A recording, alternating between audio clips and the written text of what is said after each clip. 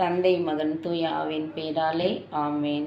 இயேசுவுக்கே புகழ், இயேசுவுக்கே நன்றி, மரியன்னையே வாழ்க. இன்றைக்கி நாம் பார்க்க போகிற வசனம், மற்றவர்களை குற்றம் தீர்க்க வேண்டாம். பைபிள் விளக்கம், மத்தேயு எழுதிய அதிகாரம் 7ஆம் அதிகாரம், இறை திருவார்த்தைகள் 1-5 முடிய. நீங்கள் குற்றவாளிகள் என்று தீர்க்கப்படாதபடிக்கு மற்றவர்களை குற்றவாளிகள் என்று தீர்க்காதிருங்கள். ஏனெனில் நீங்கள் மற்றவர்களை தீர்க்கிற தீர்ப்பின்படியே நீங்களும் தீர்க்கப்படுவீர்கள். நீங்கள் மற்றவர்களுக்கு அளிக்கிற அளவின்படியே உங்களுக்கும் அளக்கப்படும். நீ உன் கண்ணில் இருக்கிற உத்திரத்தை உணராமல் உன் சகோதரன் கண்ணில் இருக்கிற துரும்பை பார்க்கிறதென்ன? இதோ உன் கண்ணில் உத்திரம் இருக்கையில் உன் சகோதரனை நோக்கி, நான் உன் கண்ணில் இருக்கும் துரும்பை எடுத்து போடட்டும் என்று நீ சொல்வதெப்படி? மாயக்காரனே, முன்பு உன் கண்ணில் இருக்கிற உத்திரத்தை எடுத்து போடு, பின்பு உன் சகோதரன் கண்ணில் இருக்கிற துரும்பை எடுத்து போட வகை பார்ப்பாய். ஆமேன். பாருங்க,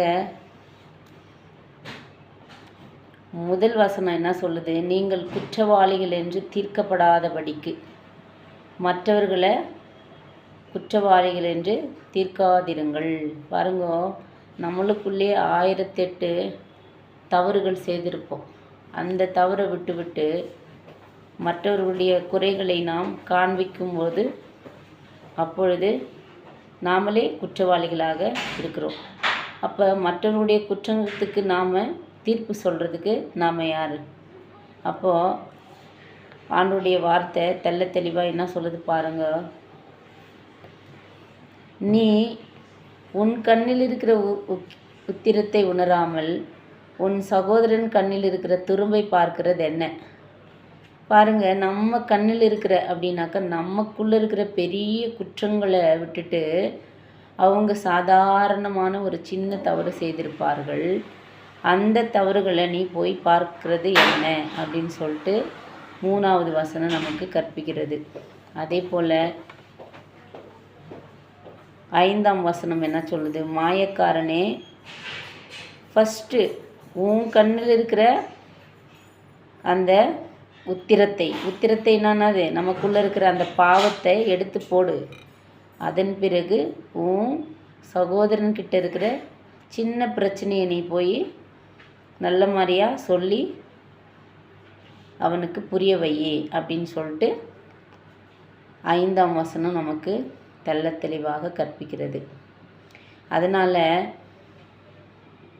நமக்குள்ளே இருக்கிற பிரச்சனையை விட்டுட்டு மற்றவர்களை நாம் குற்றம் சொல்லிக்கொண்டே இருக்கும் பொழுது நாம் எந்த அளவின் அவர்களை அளக்கிறோமோ அதே அளவையால் நம்மளும் ஒரு நாள் அளக்கப்படுவோம் என்பதை மனதில் வைத்து நாம் மற்றவர்களோடு நல்ல ஒரு அன்பான உறவிலே இருக்க வேண்டும்.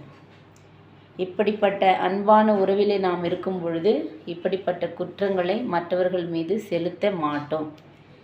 எனவே விவிலியத்தை ஒவ்வொரு நாளும் படிக்கும் பொழுது மட்டுமே தவறு எது சரி எது அப்படின்னு சொல்லிட்டு நமக்கு வசனம் கற்பிக்கும். எனவே ஒவ்வொரு நாளும் பைபிளை கையில் எடுத்து வசனத்தை படிப்போம். ஆண்டவருடைய பிள்ளைகளாக வாழ முயலுவோம்.